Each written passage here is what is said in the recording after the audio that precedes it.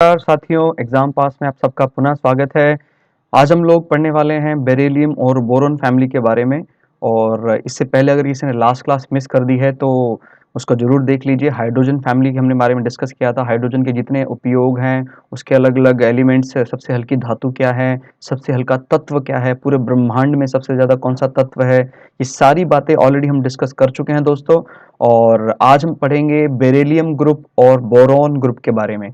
उनके क्या क्या उपयोग हैं जो एग्जाम पॉइंट ऑफ व्यू से हमारे लिए इंपॉर्टेंट हैं, जो आपको अक्सर पेपर में पूछ लेता है। तो दोस्तों शुरुआत करते हैं आज की क्लास का। शुरुआत करने से पहले मैं अपने बारे में बताऊं तो मैंने बीटेक किया है इलेक्ट्रॉनिक्स एंड कम्युनिकेशन में गवर्नमेंट कॉलेज सिरसा से। और मेरा स्टेट रैंक रहा था कॉमन इंजीनियरिंग एंट्रेंस टेस्ट में 2276। 12 सालों का टीचिंग एक्सपीरियंस है मुझे और बताते बहुत खुशी है। मैंने माईजीवी प्रोग्राम अटेंड किया 2 बार दिल्ली में प्रधानमंत्री जी की मौजूदगी में। तो यस, लास्ट क्लास में भी मैंने आपको इसके बारे में आइडिया दिया था कि ये पीरियोडिक टेबल है, आवर्त सारणी, या कहीं हमारा जो केमिस्ट्री है, रसायन विज्ञान, उसका बाइबल इसी को कहा जाता है।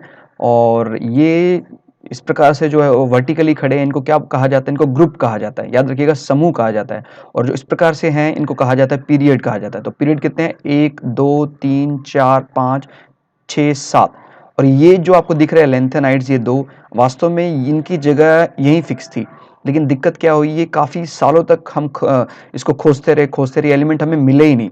और बाद में जब ये मिले तब तक ये पॉपुलर हो चुका था, इसलिए हमने इसको अलग ब्लॉक माना, एफ ब्लॉक माना।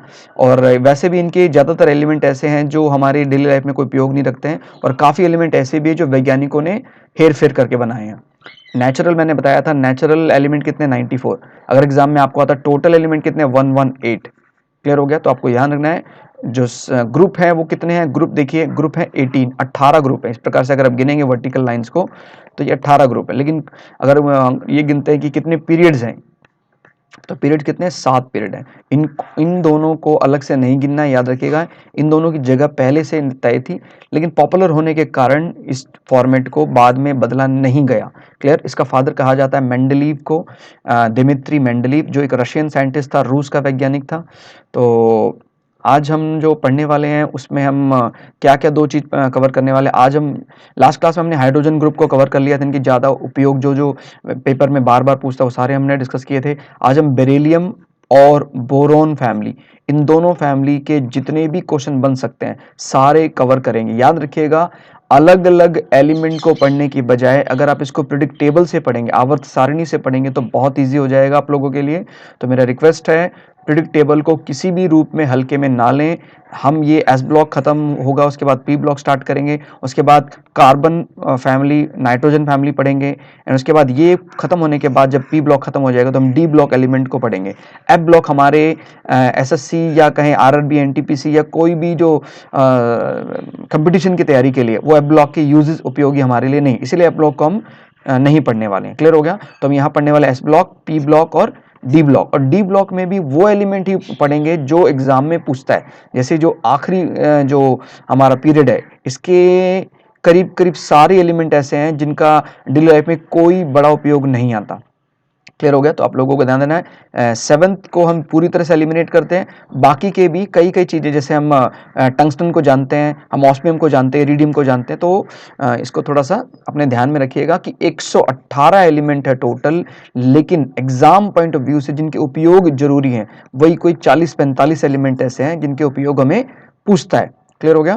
तो यस, आज हम पढ़ने वाले हैं बेरिलियम को पहले, बेरिलियम का समूह। और मैंने लास्ट क्लास में बताया था आपको एटॉमिक नंबर कैसे पता लग जाएंगे सबके। जैसे तो आप देख रहे होंगे 4 है, 4 में 8 जोड़ दिया तो कितना आ गया? 12, 12 में 8 जोड़ा 20, 20 में 18 जोड़ा 38, 38 में 18 जोड़ा 56, 56 में 32 जोड़ा तो 88। एक बात याद रखिएगा, शुरुआत में हमने 2 8 8 18 18 32 जोड़ा था, बट दिस टाइम क्योंकि हम ऊपर से नीचे आ रहे हैं, ध्यान रखिए इस चीज़ को थोड़ा सा।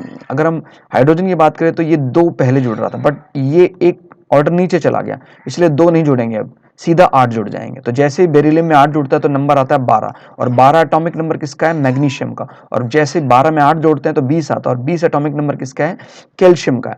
तो याद रखिएगा, ग्रुप की एक खासियत होती है, इनकी वैलेंसी करीब करीब सेम होती है। जैसे बेरिलियम अगर 2 इलेक्ट्रॉन का त्याग करना चाहता है तो मैग्नीशियम भी 2 ही इलेक्ट्रॉन का त्याग करेगा, कैल्शियम भी 2 ही इलेक्ट्रॉन का त्याग करेगा। सपोज मैग्नीशियम की बात करें तो इलेक्ट्रॉनिक कन्फिग्रेशन कैसे लगाएंगे, 12 को है तो 2 8 2, तो अगर ये 2 इलेक्ट्रॉन का त्याग कर दे तो अपने आप को कंप्लीट कर लेगा, 2 8 कर लेगा।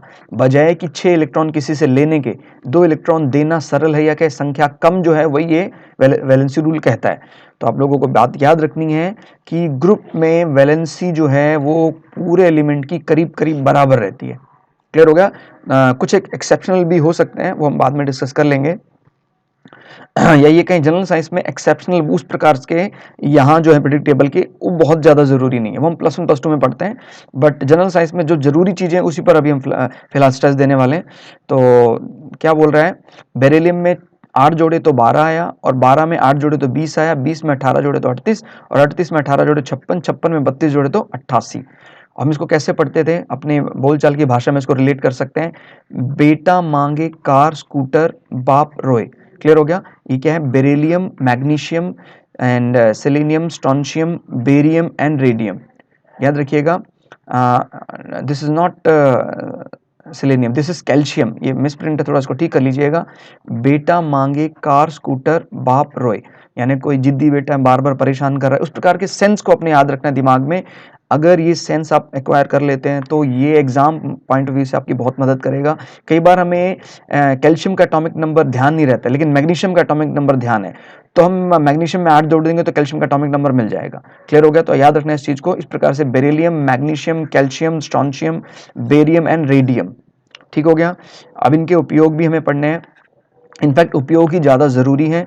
एग्जाम में क्वेश्चन आता है, क्लोरोफिल जो पत्तियों में पाया जाता है, आपने देखा होगा हरी पत्तियों में पाए जाने वाला पिगमेंट जिससे वो अपना भोजन बनाते हैं। याद रखिएगा, पत्तियों में जो हरे रंग का पिगमेंट है जिसको बोलते हैं पर्णहरित या क्लोरोफिल, इसमें पाए जाने वाली धातु कौन सी है दोस्तों? मैग्नीशियम, Mg धातु है, मेटल प्रेजेंट इन क्लोरोफिल। हड्डियों में सबसे अधिक तत्व, most abundant elements in bone, हमारे हड्डियों में सबसे ज्यादा कौन सा तत्व पाया जाता है, कौन सा मेटल पाया जाता है? Calcium is number 1 metal. और नॉन मेटल की बात करेगा फास्फोरस। इस प्रकार की भी वो बात कर सकता है कि कोई शरीर में पत्थर है, पत्थरी है, तो कैल्शियम फॉस्फेट की बनी होगी। याद रखना है आपको, कैल्शियम फॉस्फेट की बनी होगी, यानी कैल्शियम और फास्फोरस का कंपाउंड होगा वो। कैल्शियम मेटल है, फास्फोरस नॉन मेटल है। क्लियर हो गया? और आपको पता होगा, जब कभी भी हड्डियां कमजोर होती है तो सबसे पहले किसका नाम आता है? कैल्शियम का नाम आता है। क्लियर हो गया? एक बात और याद रखना आप लोगों को, कैल्शियम का सीधा संबंध किस विटामिन के साथ है? विटामिन डी के साथ है। यानी आजकल इनफैक्ट हम लोग मिनरल की बजाय विटामिन पर ज़्यादा जोर देते हैं। उसका बहुत बड़ा कारण है, क्योंकि कैल्शियम आप चाहे कितना भी खाओ, कितना भी आप कैल्शियम के कैप्सूल खा रहे हैं, कितने भी आप कैल्शियम के फूड खा रहे हैं, लेकिन अगर आपके शरीर में विटामिन डी की कमी हो जाए तो सारा कैल्शियम आपके पेशाब से बाहर निकल जाएगा। तो आप लोगों को बात याद रखनी है कि कैल्शियम को शरीर में कौन सा विटामिन लॉक करता है? वो है विटामिन डी। क्लियर हो गया? तो और विटामिन डी के लिए कई लोगों को लगता है यार खाली धूप सेक लो काम चल जाएगा, ये बहुत बड़ा नॉनसेंस है। धूप सेकने से बात नहीं बनेगी, कुछ शर्त हैं। आपको पहली बात तो थोड़ा बहुत वसा या फैट प्रोडक्ट खाना ही पड़ेगा। जैसे आपने सुना होगा, इसको रॉयल फैमिली डिजीज कहा जाता है, रिकेट्स। ये विटामिन डी डेफिशिएंसी ज़्यादातर उन्हीं लोगों को होती है जो अपने आप को मतलब पब्लिक में कम लाते हैं, धूप में नहीं आते हैं। तो याद रखिएगा, एक तो धूप में नहीं आते हैं, दूसरा वो लोग बिल्कुल भी वसा नहीं खाते हैं। बिकॉज आपने एक वर्ड सुना होगा, एक बड़ा पॉपुलर वर्ड है बॉलीवुड में, जीरो फिगर। तो ये इस चक्कर में बिल्कुल भी फैट नहीं खाते हैं, बिल्कुल भी वसा नहीं खाते हैं। और अगर वसा नहीं खाएंगे तो शरीर में विटामिन डी नहीं बन सकता है। आप लोग याद रखिएगा, जब तक मेरी स्किन में कोलेस्ट्रॉल जमा नहीं होगा, कोलेस्ट्रॉल यानी एक प्रकार का वसा। क्लियर हो गया? अगर ये गुड कोलेस्ट्रॉल हमारी स्किन में जमा है और मैं धूप सेकता हूं, तो धूप में जो अल्ट्रावायलेट रेज हैं, पराबैंगनी किरणें हैं, ये उस कोलेस्ट्रॉल को विटामिन डी में कन्वर्ट कर देती हैं। तो ये बहुत मतलब कनेक्टेड सी चीजें हैं। अगर आपने कैल्शियम खाया लेकिन आप विटामिन डी को नहीं बना पाए तो कैल्शियम खाने का कुछ फायदा नहीं होगा, हड्डियां आपकी कमजोर होनी होनी है। और ऐसा व्यक्ति कुछ घंटे भी खड़ा नहीं रह सकता है, वो उसका मन करेगा मैं गिर जाऊंगा या वो बैठ जाएगा। तो याद रखिएगा, शरीर को इस प्रकार कैपेबल बनाने के लिए कि अगर आपको आधे घंटे 1 घंटे कहीं खड़ा भी रहना पड़े, आपको विटामिन डी और कैल्शियम की आवश्यकता है। और आज के समय पर ज़्यादातर लोग ग्रसित हैं विटामिन की कमी से। जैसे आयरन तो हम खा रहे हैं बहुत ज़्यादा, कैल्शियम भी खा रहे हैं हम। हमारे बर्तनों में आपको पता है लोहे के बर्तन है तो उसमें आयरन जा ही रहा है, और कैल्शियम आपको पता है इवन आपको सुनने में हैरानी होगी, हमारे पुराने घर जो मिट्टी के होते थे या जिनमें चूना की पुताई होती थी, उनमें भी कैल्शियम होता, तो कहीं न कहीं नॉस्ट्रल से या जाने अनजाने वो कैल्शियम हमारे बॉडी में जाता रहता था। नाक से जा रहा है वैसे इन तो और वो कैल्शियम की कमी कभी मतलब होती नहीं थी। और दूसरा सबसे बड़ा कारण क्या था, लोग को अपने शरीर से मेहनत करते थे और फैट खाते थे, और फैट यानी वसा सूरज में जाने पर विटामिन डी में कन्वर्ट हो जाता था। अब क्या है, थोड़ा बहुत भी फैट खाते हैं तो वो कोलेस्ट्रॉल में जमा हो जाता है और उनको हार्ट अटैक इस प्रकार की समस्याएं आती हैं। तो सीधी बात कि आपके लाइफस्टाइल में बदलाव करना ज़रूरी है। अगर आपके लाइफस्टाइल में बदलाव नहीं करते हैं तो कोई भी दुनिया का डॉक्टर आपको बचा नहीं सकता है। अगर आप शरीर से थोड़ी बहुत भी मेहनत नहीं कर रहे हैं तो आप जल्दी ही हार्ट पेशेंट बन सकते हैं, आपको कोई बड़ी बीमारी परेशान कर सकते हैं। तो याद रखिएगा, लाइफस्टाइल में बदलाव ही सारी बीमारियों का जो सल्यूशन है, या कहें अगर आप उसमें बदलाव कर लेते हैं तो सारी बीमारी अपने आप स्वतः दूर हो जाएंगी। क्लियर होगा, टैबलेट कोई इलाज नहीं है। डॉक्टर टैबलेट देता है आपको तो वो कोई रिकवरी नहीं है, वो कुछ समय के लिए आपको ऐसा लगता है ठीक हो गया, लेकिन जब तक अपनी लाइफस्टाइल को ठीक नहीं करेंगे तब तक बात बनने वाली नहीं है। तो क्लियर हो गया। तो हड्डियों में सबसे अधिक पाए जाने वाला तत्व है कैल्शियम, ये मेटल है, और फास्फोरस एक नॉन मेटल है। नेक्स्ट, अभी हम बात कर लेते हैं चूने का पत्थर जो होता है। आपको पता होगा भारत में चूना पत्थर जो है बहुत अधिक मात्रा में राजस्थान से भी निकाला जाता है और मध्य प्रदेश से भी निकाला जाता है। मध्य प्रदेश में एक जगह है भेड़ा घाट, क्लियर हो गया, भेड़ा घाट, क्लियर हो गया, ये जबलपुर में है और ये भारत की दूसरी सबसे अधिक वाइट मार्बल यहीं से निकलता है, नंबर 2 का। तो ये ध्यान रखना है कि ये जो चूने का पत्थर ये है क्या, ये कैल्शियम कार्बोनेट होता है दोस्तों, CaCO3 कैल्शियम कार्बोनेट। क्लियर हो गया, चूने का पत्थर कह लें, आप इसको मार्बल कह लें, और मोती भी वास्तव में यही है, सेम कंपाउंड है CaCO3। क्लियर, पर्ल जो होता है, पर्ल वो CaCO3 होता है, एंड चाक जो डस्टर से वो करते हैं, चौक जो है स्कूल में उपयोग होने वाला, वो भी कैल्शियम कार्बोनेट है। तो कभी भी एग्जाम में आपको आता है कि लाइमस्टोन क्या है, चूने का पत्थर क्या है, कैल्शियम कार्बोनेट है। और इसी प्रकार से आपको ये प्रश्न भी आ सकता है, साधारण चूना क्या है, साधारण चूना is calcium oxide, calcium oxide याद रखिएगा। इसको आप क्विक लाइम भी कह सकते हैं, यानी क्विक लाइम, साधारण चूना, कैल्शियम ऑक्साइड। एक होता है बुझा हुआ चूना, बुझा हुआ चूना जिसको खाने में भी उपयोग करते हैं, कहीं आपने देखा होगा कई लोग उसको तंबाकू में लगा के खाते हैं, हालांकि ये कोई समझदार वाला तरीका तो है नहीं, बिकॉज तंबाकू एक प्रकार का ड्रग है, ये तो आपको पता ही होगा। तो आप अपनी चीज़ को जो जैसे मर्जी जस्टिफाई करें, आप सही नहीं ठहरा सकते हैं, वो गलत है सो गलत ही होगा। और लेकिन हाँ, चूना खाना हमारे लिए हम एक प्रकार से कह सकते हैं ये ठीक हो सकता है। अगर आप गेहूं के दाने के बराबर यानी अनाज के एक दाने के बराबर रूटीन में अगर आप चूना खाते हैं, चूना माने चूने का पानी, क्लियर हो गया, दिस इज चूने का पानी यानी कैल्शियम हाइड्रोक्साइड।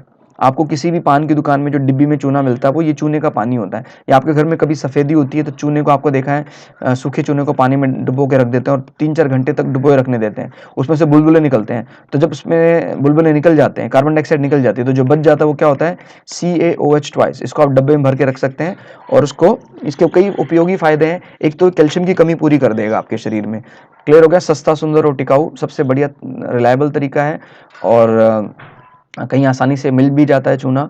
लेकिन ये बात याद रखना, excess of everything is bad. Bharat में ये चीज़ बड़ी चलती है, अगर फायदा कर रहा है तो चलो यार इसको 100 ग्राम, पहिया पहिया, किलो किलो खा लो। अगर आपने जरा सी भी मात्रा बढ़ा ली चूने की तो आपके इंटेस्टाइन में सीरियस इन्फेक्शन हो सकता है और बहुत बड़ी समस्या आ सकती है। आपके इंटेस्टाइन में इंटरनल ब्लीडिंग तक हो सकती है, खून की उल्टा रक्तस्राव हो सकता है। तो इसलिए चूने को बहुत ही कम मात्रा में आप खा सकते हैं, पानी में डाल के खाएं, आप दही में डाल के खाने की करीब करीब सभी चीज़ों में चूने का पानी जो है वो डालकर खाया जा सकता है। मार्केट में जो चूने का पानी मिलता है इसको बोलते हैं ग्राइप वाटर, याद रखिएगा, ग्राइप वाटर इनफैक्ट चूने का पानी है जो बच्चों को दिया जाता है जब उनके दांत निकल रहे होते हैं, और ये पेट की समस्या भी दूर कर देता है। पेट में दर्द हो रहा है तभी भी आप ग्राइप वाटर ले सकते हैं, बच्चे भी ले सकते हैं, बड़े भी ले सकते हैं, बट स्पेशली डॉक्टर इसको छोटे बच्चों को पिलाने के लिए कहता है, बिकॉज इसमें कैल्शियम होता है काफ़ी ज़्यादा मात्रा में। तो जब दांत निकल रहे होते हैं उन लोगों बच्चों को, तो ये काफ़ी हेल्प करता है। और तो आप लोगों को हल्की फुल्की एसिडिटी होगी, बिकॉज ये गुड बेस भी होता है, क्षार है,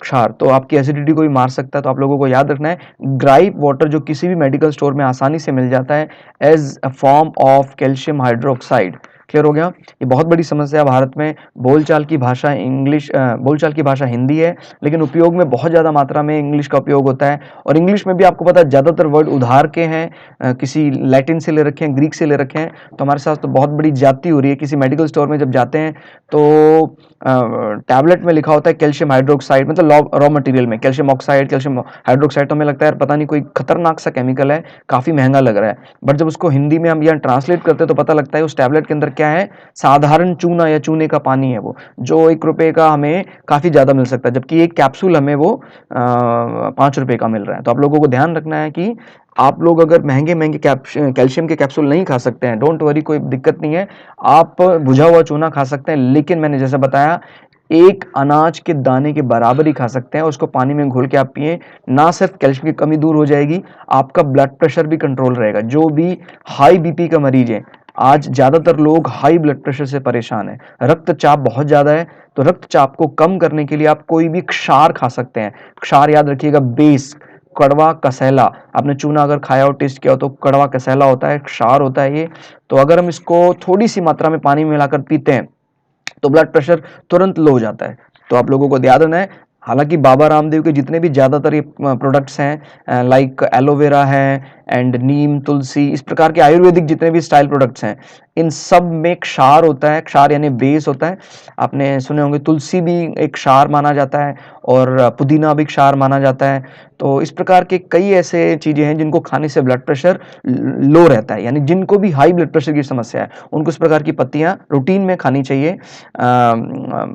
इस प्रकार के कई ऐसे, नीम भी खा सकते हैं आप उसको, ठीक है? तो ये आपका लीवर भी स्ट्रांग करेगा, बिकॉज अगर क्षार शरीर में कम है तो आपका लीवर वीक हो जाएगा, और क्षार बढ़ेगा तो लीवर अपने आप ही काम करना शुरू कर देगा। तो ये बात याद रखिएगा, क्षार की एक एप्रोप्रिएट मात्रा शरीर में जरूर जाना चाहिए, क्योंकि आज हम लोग ज्यादातर अपने लाइफस्टाइल में एसिडिक चीजें ऐड कर रहे हैं, अम्लीय भोजन ज्यादा इस्तेमाल कर रहे हैं, यानी कोल्ड ड्रिंक्स हैं, कोल्ड ड्रिंक्स में CO2 होता है या कार्बोनिक एसिड होता है, तो कोल्ड ड्रिंक्स है या ब्रेड है, इन सब चीजों में एसिडिक प्रॉपर्टी होती है। और जितने भी प्रिजर्वेटिव फूड्स हैं, याद रखिएगा, अगर आप मार्केट से कोई मैं किसी कंपनी का विरोधी नहीं हूँ, मैं सिंपल आपको बात बता रहा हूँ, कोई भी कंपनी का पैक्ड फूड आप लेते हैं, जैसे रियल का है या ट्रॉपिकाना का, ये जूस पीते हैं, तो ये जूस आपके लिए इतना फायदेमंद नहीं होगा, बिकॉज इस जूस के अंदर प्रिजर्वेटिव होते हैं, और प्रिजर्वेटिव ज़्यादातर जैसे बेंजोइक एसिड है, ये एक एसिडिक प्रॉपर्टी रखता है।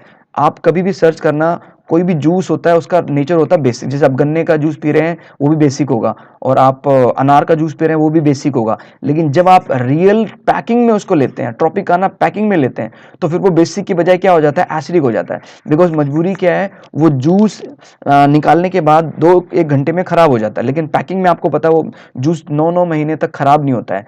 कारण क्या होता है कि उसके अंदर खतरनाक बेंजोइक एसिड है, और वो एसिड आपको बीमार कर सकता है। तो आप लोगों को याद रखना है, जब कभी आपके पास बहुत मजबूरी हो तो आप इस प्रकार के जूस पिएं, अदरवाइज आप नेचुरल यानी मशीन से खुद भी निकाल कर घर पर पी सकते हैं, किसी दुकान पर पिए तो नेचुरल, मतलब फ्रूट जूस पिएं, और आर्टिफिशियल जूस ना पिएं। उसमें अगर वो बोल रहा है 1 लीटर जूस है तो उसमें आधा आधा वो बेंजोइक एसिड होगा, यानी प्रिजर्वेटिव होगा, बाकी जूस होगा, यानी मुश्किल से 400 ml जूस है, बाकी सब उसमें प्रिजर्वेटिव है। और अगर आपने मार्केट से उसका डबल रेट भी खरीदा 1 लीटर जूस, तो वो आपको सस्ता पड़ रहा है। क्लियर होगा? तो 1 लीटर आप खरीदिए मार्केट से निकला हुआ, या घर पे निकालकर फ्रूट जूस पीजिए, वो ज्यादा कारगर होगा, बजाय कि आप किसी पैक्ड फूड का इस्तेमाल करते हैं। ठीक हो गया? तो आप लोगों को ये बात याद रखनी है कि वेरिएशन किस प्रकार से ध्यान रखना अपने दिमाग में। नेक्स्ट इज, फिर अगर बात करते हैं, मैं आपको ऑलरेडी बात बता चुका हूं कि कैल्शियम के साथ किस विटामिन का संबंध है। तो calcium is related to vitamin D. Clear हो गया? तो आप लोगों को बात याद रखनी है, कैल्शियम का संबंध विटामिन डी के साथ है। क्लियर? और पटाखों में हरा और लाल रंग, तो ये क्वेश्चन पेपर में पूछा जा चुका है, green and red colours in crackers, पटाखों में जो रंग आते हैं अलग अलग, उनमें स्पेशली हरा रंग कहेगा तो याद रखिएगा हरा रंग। ठीक हो गया? इसमें हरा रंग इज ड्यू टू, थोड़ा इसमें चेंज कर लीजिए, बेरियम। क्लियर हो गया? हरा रंग कौन से केमिकल से आता है? बेरियम से। याद रखिएगा, हरा रंग बेरियम से आता है, और लाल रंग मेटल में पूछेगा तो स्ट्रोंशियम। क्लियर हो गया? लाल रंग मेटल में पूछेगा तो स्ट्रोंशियम, और अगर वो नॉन मेटल में पूछता है तो लाल रंग का कारण फास्फोरस भी होता है, और इसी के कॉम्बिनेशन से हम येलो कलर भी पैदा करते हैं। क्लियर हो गया? फास्फोरस और स्ट्रोंशियम के कलर से। कभी वो सिंपल कहता है कि पटाखों में आग बनाने के लिए कौन सा केमिकल इस्तेमाल करते हैं, पोटाशियम। पटाखों में आग पैदा करने के लिए पोटाशियम। क्लियर हो गया। पोटाशियम को तुरंत अगर हम एयर कांटेक्ट में लाते हैं तो इसमें आग लग जाती है, बट इसके ऑक्साइड इस्तेमाल करते हैं ताकि आग इतनी जल्दी ना लगे, हम इसको इस्तेमाल कर सकते हैं क्रैकर्स में। और ग्रीन कलर की बात करता है तो ग्रीन कलर जो आता है वो किससे आता है, ग्रीन कलर बेरियम से आता है, याद रखना है, BA, बेरियम से आता है ग्रीन कलर। सबसे अधिक जो रेडियो धर्मी पदार्थ है, क्लियर हो गया, first radioactive element by madam Curie, तो पहला रेडियो एक्टिव एलिमेंट माना जाता है रेडियम को। और ये रेडियम जो था वो किसने इन्वेंट किया था, मैडम क्यूरी ने इन्वेंट किया था, याद रखिएगा। मैडम क्यूरी ही वो लेडी हैं जिन्होंने हमें रेडियो एक्टिव शब्द दिया था। तो आप लोगों को बात याद रखनी है, radioactive word was given by madam Curie, clear हो गया। और रेडियो एक्टिविटी की लेकिन खोज करने वाला था हेनरी बैकुरल, क्लियर हो गया। और मैडम क्यूरी कहाँ से बिलोंग करती थी, ये पोलैंड से बिलोंग करती थी। पोलैंड एक यूरोपियन कंट्री है, पोलैंड। और पोलैंड को रिस्पेक्ट देने के लिए ही इन्होंने एक और एलिमेंट का नाम अपने देश के नाम पे दिया, इसका नाम था पोलोनियम। तो आप लोगों को बात याद रखनी है, पोलोनियम की खोज भी किसने की थी, मैडम क्यूरी ने। और रेडियम की खोज भी किसने की थी, मैडम क्यूरी ने। तो आप लोगों को ये बात एकदम क्लियर होनी चाहिए। अगर ये बात पूछता है रेडियम सबसे पहला रेडियो एक्टिव एलिमेंट है और इसकी खोज करने वाली मैडम क्यूरी साइंटिस्ट थी, क्लियर हो गया। अपने दिमाग में इस चीज को एकदम अच्छे से बसा लीजिएगा। और नेक्स्ट हम बात करते हैं अभी बोरोन फैमिली की। बोरोन किस प्रकार से काम करता है, बोरोन के कौन कौन से एलिमेंट हैं जो एग्जाम में आपको पूछे जा सकते हैं, क्लियर। तो इसमें हम बोरोन फैमिली के बारे में डिस्कस कर लेते हैं। हम ऐसे पढ़ते हैं इसको, बलगाइंती, इस तरह भी पढ़ सकते हैं, या बैंगन आलू गोभी इन थैला, क्लियर हो गया, बैंगन आलू गोभी इन थैला। Boron, aluminium, gallium, indium and thallium. याद रखिए this is not titanium, this is thallium, TLA, ना कि TI है। TI is different, TL is different. TL का हमारी डेली लाइफ में कोई उपयोग नहीं है, इंडियम का भी कोई उपयोग नहीं है, बस सिर्फ फैमिली के लिहाज से मैंने आपको बताया ताकि ये आपको याद रहे कि बोरोन फैमिली में ही एल्युमिनियम आता है, क्लियर हो गया। तो ताकि आपसे बार बार इसको याद करने की मिस्टेक ना हो, गलती ना हो, क्लियर हो गया। तो बैंगन आलू गोभी इन थैला। तो अगर आप बोरोन के नंबर 5 में 8 नंबर जोड़ दें तो कितना नंबर आता है, 13। और 13 में फिर 18 जोड़ दें तो कितना आएगा, गैलियम। इसमें फिर 18 जोड़ दे कितना आएगा, इंडियम। और उसके बाद फिर 32 जोड़ दे कितना आ जाएगा, 81। तो आप लोगों को बात याद रखनी है, अगेन यहां पर 8 मिस हो रहा है बिकॉज हम एक ऑर्डर दोबारा से नीचे आ रहे हैं। शुरुआत में कितने जोड़े थे, 2 8 8 18 18 32, लेकिन अभी हमने शुरुआत में 2 एलिमिनेट किया, फिर 8 एलिमिनेट किया, अभी हम कितने जोड़ रहे हैं, सिर्फ 8, उसके बाद 18, फिर 18, उसके बाद 32। अगर कोई दोबारा एलिमेंट आता है तो दोबारा से 32 जोड़ दीजिए, उसके नीचे वाला एलिमेंट का एटॉमिक नंबर आपको पता लग जाएगा, क्लियर हो गया। नाउ अब इसके क्वेश्चन बढ़ते हैं हम लोग। याद रखिए इसमें हमारी लाइफ में जो इंपॉर्टेंट चीजें आती हैं क्वेश्चन के हिसाब से, वो सिर्फ एल्युमिनियम के ही क्वेश्चन पूछता है आप लोगों को इस फैमिली में। तो धरती में सबसे अधिक उपयोगी धातु कहें, नॉट उपयोगी, धरती में सबसे अधिक पाए जाने वाली धातु, most abundant element in earth, clear हो गया। धरती में जो सबसे अधिक धातु है वो कौन सा है, धरती में सबसे अधिक धातु पाई जाती है एल्युमिनियम, क्लियर हो गया। आप लोगों को बात याद रखनी है, most abundant metal in earth is aluminium. आप लोगों को ये भ्रम तो नहीं लग रहा है कि लोहा, लोहा नंबर 2 पर आता है, नंबर 1 पर एल्युमिनियम है। कई ऐसी कंट्री हैं जहां पर एल्युमिनियम बहुत आयत में है। नंबर 1 पर ऑस्ट्रेलिया है, आप लोगों को याद रखना है। नंबर 1 एल्युमिनियम जो निकाला जाता है बॉक्साइट के रूप में, वो कहां से निकाला जाता है, ऑस्ट्रेलिया से निकाला जाता है। ऑस्ट्रेलिया एक ऐसी धरती है जिसको प्यासी भूमि का देश भी कहा जाता है। वहां कितना ही पानी बरस जाए, कुछ ही मिनटों में सारा पानी सूख जाता है, इसीलिए उसको कहा जाता है प्यासी भूमि का देश ऑस्ट्रेलिया। कई लोगों को प्यासी भूमि का देश अफ्रीका लगता है या साउथ अफ्रीका लगता है, वो गलत है। ऑस्ट्रेलिया है प्यासी भूमि का देश, जहां पर बहुत ऊंचे ऊंचे सफेदे या यूकेलिप्टस भी पाए जाते हैं। और इन सफेदों की ऊंचाई 60 से 80 मीटर तक लंबे हो सकते हैं। सफेदे यूकेलिप्टस जो बहुत ज्यादा लंबे हैं, यानी अगर हम फुट में बात करें तो 250 फुट से ज्यादा लंबे हो सकते हैं ये सफेदे, क्लियर। और नेक्स्ट इसमें क्वेश्चन आ सकता है आपको, एल्युमिनियम का मुख्य अयस्क, main ore of aluminium, aluminium किस ओर से निकाला, किस अयस्क से निकाला जाता है, बॉक्साइड से निकाला जाता है। और बॉक्साइड का केमिकल फॉर्मूला है Al2O3, क्लियर हो गया। तो एल्युमिनियम का मुख्य अयस्क, अयस्क याद रखना एक प्रकार का कंपाउंड है जो नेचर में मिलता है, जिससे वो पर्टिकुलर एलिमेंट को अलग किया जाता है। नाउ नेक्स्ट हम बात कर लेते हैं अभी एल्युमिनियम पर जंग की परत इसे जंग लगने से बचाती है।